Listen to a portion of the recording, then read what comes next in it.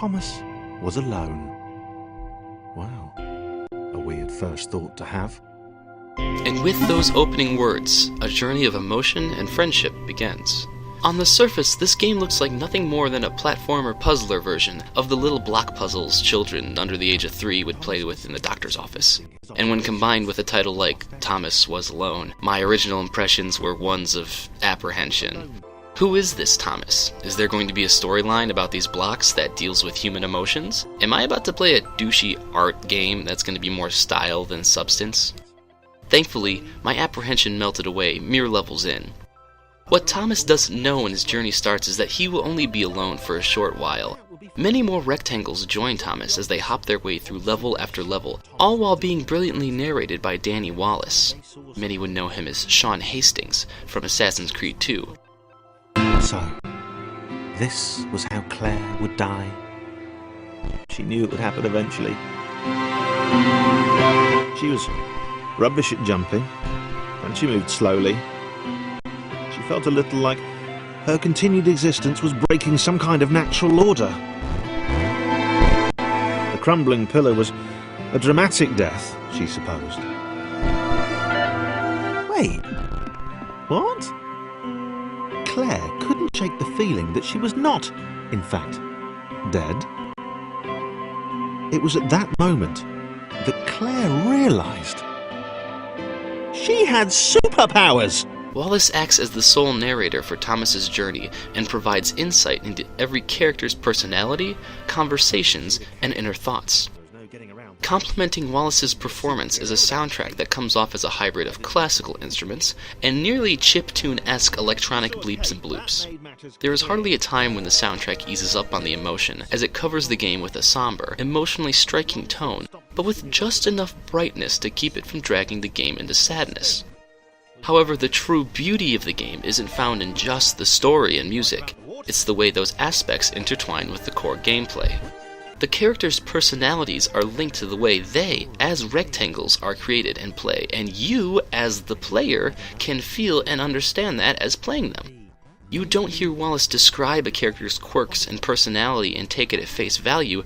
Those character attributes showcase themselves in the rectangles as you play. For example, the first person Thomas meets is a little square named Chris.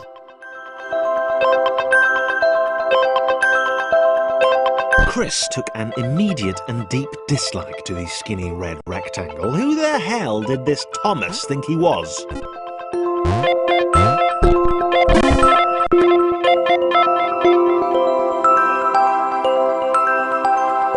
Chris had been doing fine. He wasn't the highest jumper, but he'd held his own. He'd even been graceful at times. Well, not actually. Not technically graceful, it's probably the wrong word, but you know, fine. There was that skinny little runt leaping about like he owned the place. Chris seems to be quite the cynic, not exactly pleased to be surrounded by all these other characters, especially when he cannot jump with the ease and distance that many of them do. And this reflects in the gameplay, when other rectangles have to stay behind and help Chris through the level. It's not just that Chris, in character, feels like the odd man out, but that Chris, in gameplay, feels like the odd man out. The gameplay doesn't serve just to be physical objectives that reward you with the next set of narrative, but instead directly benefit the narrative by boosting its effectiveness, even when it's not around. The smoothness of the game's narrative can also be found in the gameplay itself. The physics of jumping are intuitive and natural, leading to an easy understanding of what characters can traverse what obstacles, merely by sight. The game relies more on puzzles than tricky jumping, and makes you think about how best to use each character and their abilities to help the group along to the exit portal. While there are a few curveballs thrown at the player, more so towards the end of course, the game never reaches a head-splitting level of puzzle difficulty. The level design is sharp, and when combined with the ease of discerning jump arcs and distance, you'll rarely find yourself hung up on a segment. Now, the only downside to the gameplay is the concept of switching. Switching between characters is extremely clunky and rather disorienting, as the camera will snap to whatever character is being selected. This of course is a fine concept on its own, but when you accidentally cycle to a character halfway across the map and then cycle back, the visual result is jarring. This happens frequently when using the default control style, allowing a next character and a previous character command, bound to Q and E. There is a choice to use the number keys to switch directly to a character, but during my playthrough this command was unresponsive and wouldn't recognize my inputs at times.